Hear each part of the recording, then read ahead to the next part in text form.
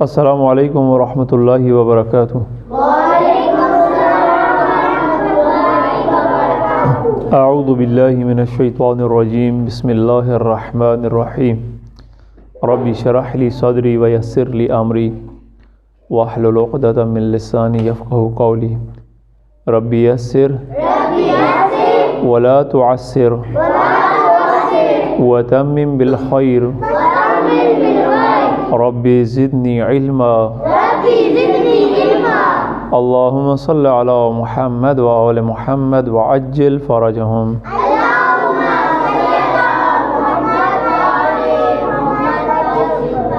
ماشاءاللہ، آج مخارج کی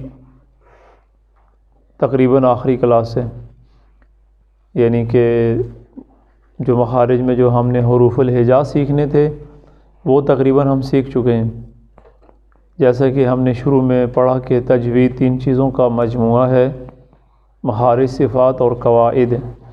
مخارج، صفات اور قواعد کا خیال کرتے ہوئے قرآن پڑھنا، یعنی جب بھی قرآن کی تلاوت کریں گے تو ان 3 چیزوں کو ذہن میں رکھتے ہوئے پڑھیں گے، یعنی حروف کی صفات درست ہوں، حروف کا مخرج جو ہم نے پڑھا ہے، مثلا جہاں سے ہا نکلتا ہے وہیں سے ہا ہو، اور جہاں سے ہا نکلتا ہے وہاں سے ہا ہو۔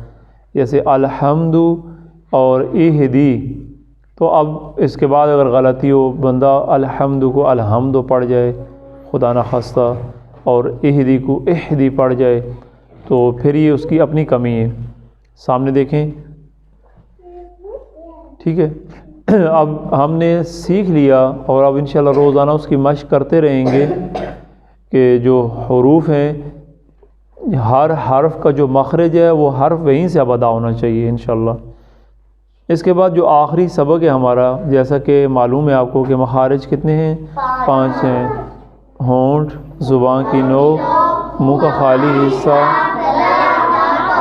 گلا اور ناک کا بانسا۔ ناک کا بانسا یعنی خیشوم، یعنی غنہ کرنے کا مقام یا غنہ کرنے کی جگہ۔ یہ جو ہمارا مخرج ہے، اصل میں یہ جو مخرج ہے یہ حروف الہجا کا مخرج نہیں ہے، یعنی جو 28 حروف ہیں ان حروف میں سے کوئی حرف نہیں ہے جو باقاعدہ یہاں سے ادا ہوتا ہو، یہ کسی اور کام کے لیے استعمال ہوتا ہے۔ وہ کام کیا ہے؟ یہ اصل میں غنہ کرنے کے لیے اس مخرج کو استعمال کرتے ہیں۔ جو 5واں مخرج ہے وہاں وہ 5واں مخرج غنہ ہے اصل میں، اور وہاں سے زبان کا کوئی بھی کمال وہاں پہ نہیں آتا، بلکہ وہ آوازوں کو ملاتا ہے آپس میں، اور ناک سے ایک آواز نکلتی ہے، غنغناہٹ ہوتی ہے ناک سے۔ تو غنہ ایسی آواز کو کہتے ہیں کہ جو زبان سے نکلتی ہے، اور اس میں غنہ ایسی آواز کو کہتے ہیں، معذرت، ایسی آواز کو کہتے ہیں غنہ جو ناک سے نکلتی ہے لیکن اس میں زبان کا کوئی بھی عمل نہیں ہوتا۔ آواز نکلتی ہے لیکن آواز میں زبان کا کوئی بھی کمال نہیں ہوتا، زبان کا کوئی بھی عمل دخل نہیں ہوتا۔ کس طرح؟ اس لیے کہ غنہ جس کو ہم جو غنہ کرتے ہیں، غنہ ایسی آواز کو کہتے ہیں جو میم اور نون کو ادا کرتے وقت ناک سے نکلتی ہے۔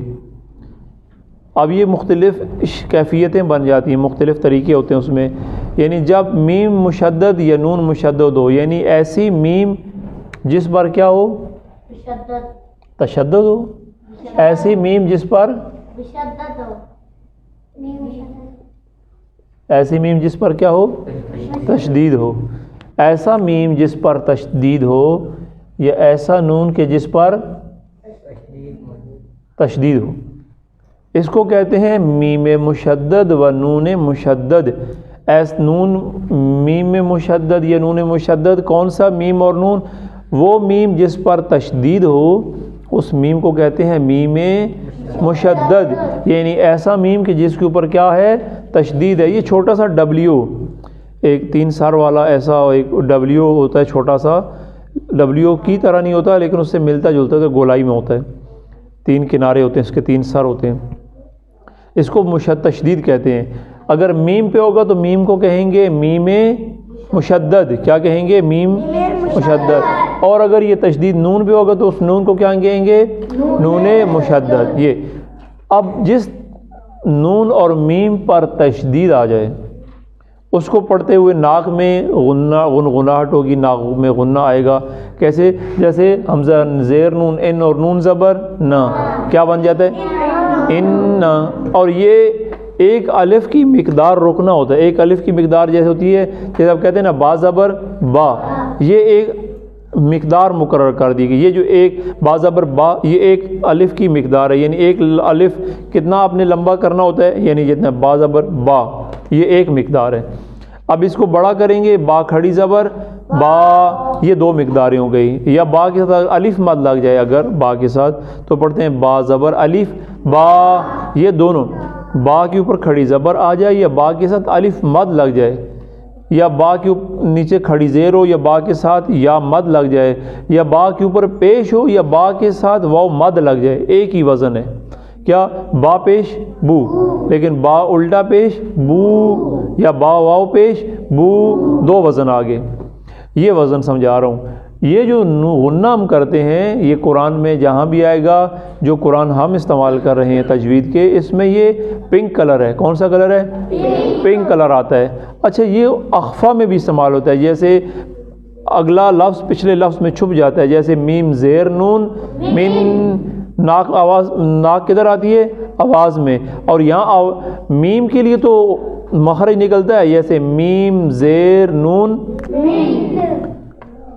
اگر ہم اس کا کرتے ہیں میم زیر نون من، جب آخری آواز جو ہوتی ہے وہ مخرج غنے میں آ جاتا ہے. یہ اخفا میں بھی استعمال ہوتا ہے. ٹھیک ہے.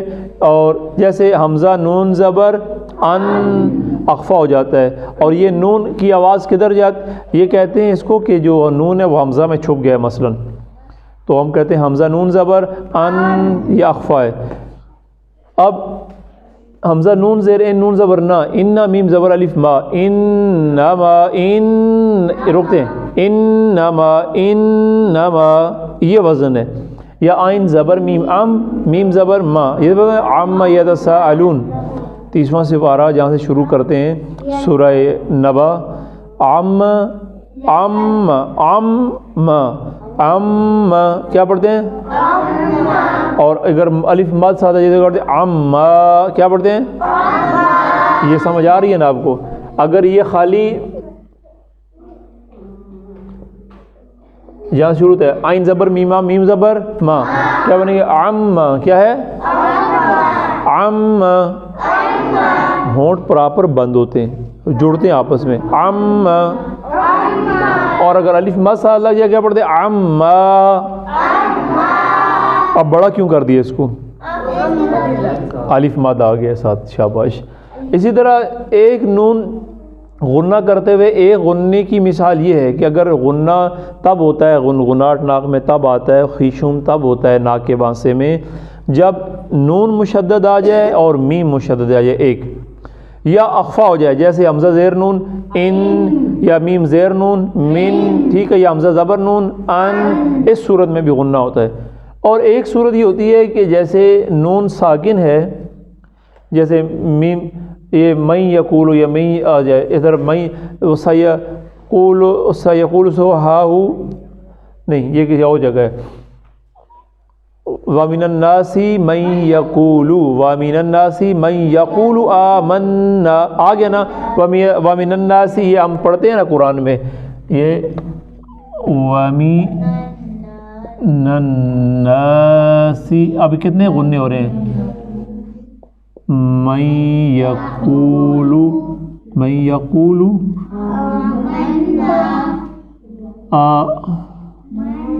آمَنَّا. آپ دیکھیں وَمِنَ النَّاسِ، ایک غنہ یہاں آ گیا، نون نون سے مل رہا ہے، آگے نون مشدد آ گئی ہے. وَمِنَ النَّاسِ، اب نون کے ساتھ الف بھی آ گیا اور بڑا ہو گیا. ایک تو اب یہاں کتنے وزن ہیں؟ دو وزن کے برابر ہو اس کا اگر نون کھوڑیں گے. کیسے؟ وَمِنَ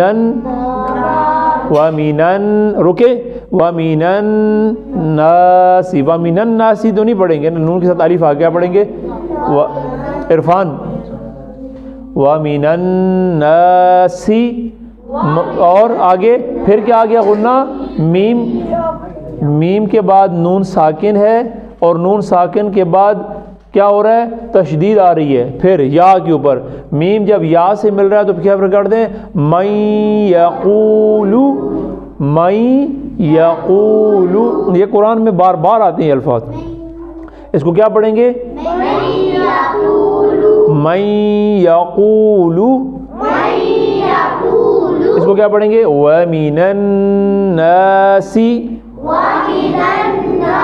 اور اس کی کون سی مثال ہے؟ سورہ ناس میں پڑھ دیں قُلْ أَعُوذُ بِرَبِّ النَّاسِ، قُلْ أَعُوذُ بِرَبِّ رَبِّ النَّاسِ مَالِكِ النَّاسِ إِلَٰهِ النَّاسِ. سمجھ آ رہی ہے نا؟ یہ سارے غنہ ہو رہے ہیں. اچھا وَمِنَ النَّاسِ مَن يَقُولُ آمَنَّا، تین غنہ آ رہے ہیں. یہ چیز ہے. یا اس کے بعد ایک اور آتا ہے کہ اگر میم ساکن ہو، یعنی جملہ آیا میم ساکن ہے، میم ساکن کے بعد اگلا میم متحرک آ جائے، یعنی ایک جگہ میم آیا، میم پہ جزم ہے، ساکن ہے، ساکن جیسے جزم آتا ہے، اس کے بعد اگلا جو میم ہے متحرک ہے. کیسے؟ تو اس کو ہم کیسے پڑھیں گے؟ غنہ تشدید کی طرح پڑھیں. کیسے؟ جیسے نا علیکم، علیکم مرسلون. اب دو میم جڑ گئے ہیں. پہلا میم کیا ہو گیا ہے؟ ساکن. دماغ کھولیں نا اپنا. علیکم اور مرسلون دو ہیں، یہاں بھی میم ہے وہاں بھی میم ہے. اب یہ میم اور یہ دو میم آ گئے ہیں. اب کیا پڑھیں گے؟ غنہ کریں گے. کیسے کریں گے؟ علیکم مرسلون، علیکم. ٹھیک ہے. یہ شکلیں ہیں جو آج ہم نے پڑھی ہیں، یعنی کہ کس صورت میں جب نون آتا ہے تو اس کو کیسے ادا کرنا ہے. مختصر یہ ہے کہ غنہ کرتے ہوئے صرف ناک میں آواز گنگناہٹ ہوتی ہے اس کی، اور زبان اس میں حرکت نہیں کرتی. یہ مختلف شکلیں ہیں جو ہم نے بتائیں کہ نون مشدد آئے، میم مشدد آئے، یا نون ساکن کے بعد آگے اگر تشدید آئے یا آ جائے، یا علیکم یا دو میم آ جائیں مثلا. ٹھیک ہے. یا یہ ایک مثال دی ہے. یہ چیزیں تجوید کا ایک باب انشاءاللہ مکمل ہو گیا ہمارا، یعنی مخارج. اس کے بعد انشاءاللہ یہ سیریل چلتی رہے گی ہماری، کہ ہم مختلف اس میں باب ہیں ایسے جو ہم نے ابھی سیکھنے، تو وہ اپنے وقت پہ ہم اس کی کلاسیں کرتے رہیں گے انشاءاللہ. اگلے سبق کے ساتھ پھر حاضر ہوں گے. والسلام علیکم ورحمۃ اللہ وبرکاتہ.